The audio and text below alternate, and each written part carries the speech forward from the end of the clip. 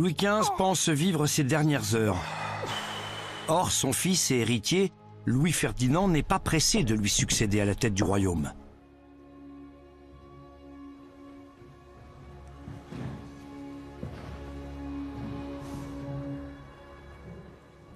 Mon fils, ceci vous regarde à présent.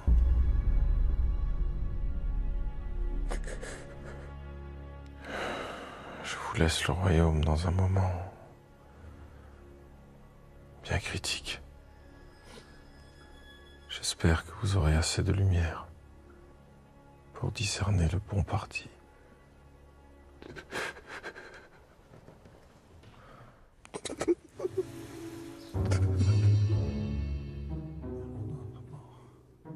Le lendemain, vers 2 heures de l'après-midi, dans la chambre du roi, la situation semble évoluer. Enfin. Apportez-moi ma canne. Sire, vous devez vous reposer.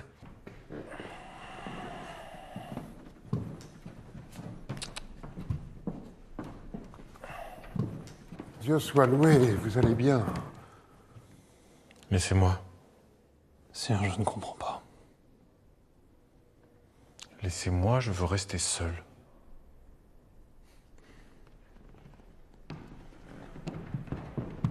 Madame de Brancas, si vous le voulez bien, j'aimerais que vous restiez.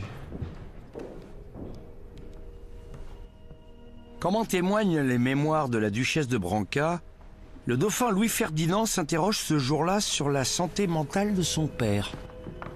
À vous revoir, madame. Sire, où êtes-vous? Que faites-vous? Non, ne me suivez pas.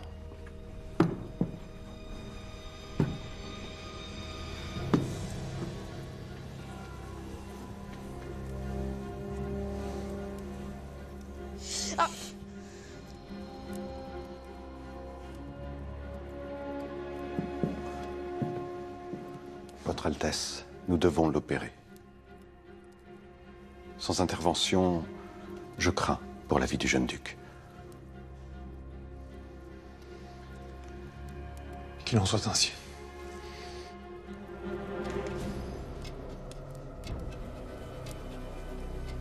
À Versailles, Louis-Ferdinand de Bourbon, le fils du roi Louis XV, vient de prendre une grave décision. Miserere mei Deus, secundum misericordiam tuam. À 9 ans, le petit duc de Bourgogne reçoit l'extrême-onction. Son opération a entraîné une septicémie. Gloria Patri, et Filio, et Spiritus Sancto. Amen. Je vois que les nouvelles vont vite. Mes fils, il est l'heure de me réciter vos leçons. Provence. Chaque jour, leur père, le dauphin Louis-Ferdinand, veille jalousement sur leur éducation. Le lion et le moucheron. Va-t'en, chétif insecte, excrément de la terre. C'est dans ces mots que Anéanti le lion par la parle. mort de son fils aîné 2 ans plus tôt, Je le mène à ma fantaisie. dépité par les décisions politiques de son père Louis XV et la perte des colonies françaises, Fut le trompette et le héros. l'héritier du trône trouve refuge auprès de ses enfants. Puis prend son temps, fond sur le cou du lion, qui le rend presque fou. C'est bien, mon fils. Prenez.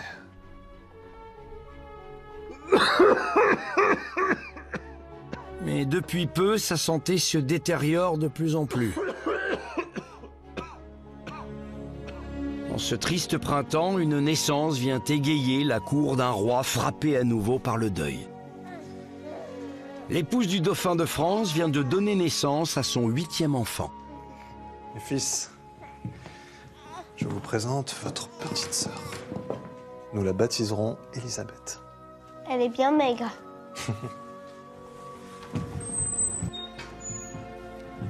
Sa Majesté le Roi. Ah.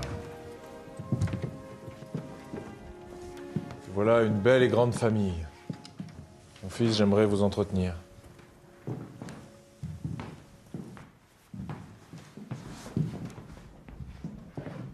Comme vous le savez, nous envisageons, l'impératrice d'Autriche et moi-même, l'union de votre fils, Berry, à sa cadette. L'archiduchesse Maria Antonia, allier les Habsbourg au trône de France, est un atout diplomatique dont nous pouvons priver le royaume. Or, on me rapporte que vous y seriez opposé. Mais en effet, mon père, quoi que vous en disiez, les Habsbourg ont toujours été les ennemis de la France. Toujours. Vous avez épousé une princesse polonaise, moi une princesse de Saxe. Que ne cherchez-vous à raffermir nos liens de ce côté-là? Il ne saurait être question d'une alliance autrichienne. Les temps changent. Les relations entre la France et l'Autriche également. Oui, vous avez raison. Nos deux nations sont désormais défaites et ruinées. Quelle belle alliance! Mes fils, retirons-nous. Il est temps de laisser votre mère et votre sœur se reposer. Mon père, quand allez-vous faire cesser ces remontrances indignes de votre autorité royale? Les parlements n'ont besoin de rien d'autre que de fermeté. De funestes exemples ont montré qu'un royaume, quelque ancien qu'il soit, peut sombrer dès lors que l'anarchie s'est substituée au pouvoir royal. C'est pourquoi nous sommes résolus à briser les parlements et reprendre la maîtrise des affaires de l'État. Le père et le fils semblent enfin sur la même longueur d'onde. Bien. Bien.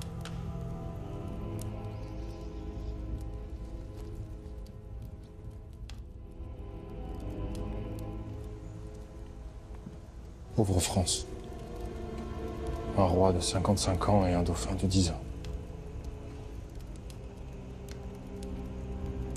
Par cette phrase restée dans les mémoires, Louis XV désigne l'aîné de ses petits-fils comme son successeur.